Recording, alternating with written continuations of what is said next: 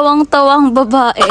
So, hi guys! This is me again, Iso Girl. So, ito na ang paghahanda ni Mitena at Perena. Joke lang. So, ito kami ngayon, nag-fitting ng dress. Kasi nga, MC ang mga babae. So, kailangan maganda kami na haharap kay Commander. Joke lang. By the way, first time ko talaga mag-MC kaya kabado ang babae. Tapos akalain mo yun, sobrang professional pa ng pupuntahan ko. My God, kasi. At kung naghahanap kayo ng mga dress at gown, dito lang yan sa Zer AA Fashion House. Sa tabi lang to ng kalsada, guys. So yun, after namin makapili ng dress, diretso kami sa Sabang Park para tumulong kala sir sa pag-aayos ng stage and then para mag-rehearse. Syempre, kailangan mag-rehearse ng mga babae, baka mapahiya sa people. Sayang ang gayon. As you can see, busy-busy sila sa likod. Grabing preparation naman yan. Salute sa inyo mga sir. A few moments later. So, kinaumagahan, sinundo na kami nila sir sa aming bahay. Dahil mag-start na nga ng alas 8. O diba, plakada ang mga babae.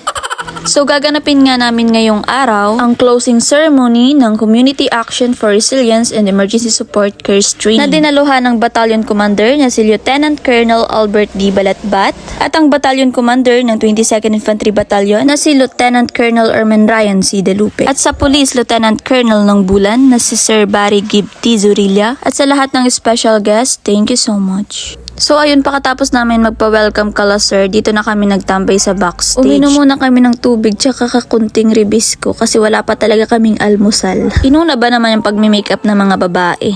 At thank you so much dito kay Sir Tangka na nag-asikaso sa amin sa backstage. Binigyan niya kami ng ribisco tsaka tubig, tapos kinuhaan pa kami ng bangko. Tsaka sabi dito sa amin ni Sir, ano ba kayo? Kalma lang kayo, relax lang. Huwag niyong isipin yung kaba, huwag niyong isipin yung tao. Kaso nga, Filipino time talaga, yung alas 8, kunti pa lang yung tao, kaya nag-start kami bandang 9:30 na. Kaya nag-start, hisos, puro na kami dangga, tapos burado na yung mga makeup namin. Then maya-maya, nag-start na kami.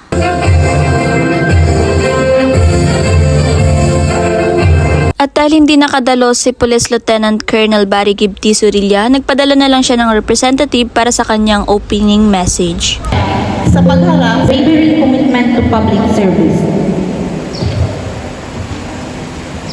Our next speaker is a distinguished leader of the Philippine Army who continues to play a vital role in maintaining peace and security throughout the province of Sorsogon. Ladies and gentlemen, please welcome Lieutenant Colonel Erman Ryan C. De Lupe, Commanding Officer of the 22nd Infantry Battalion, to deliver his message. Sir.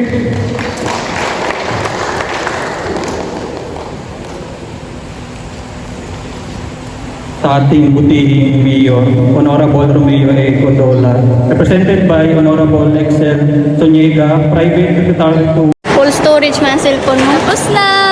Yay! Mga muse ng army. Malang naging tropa dyan.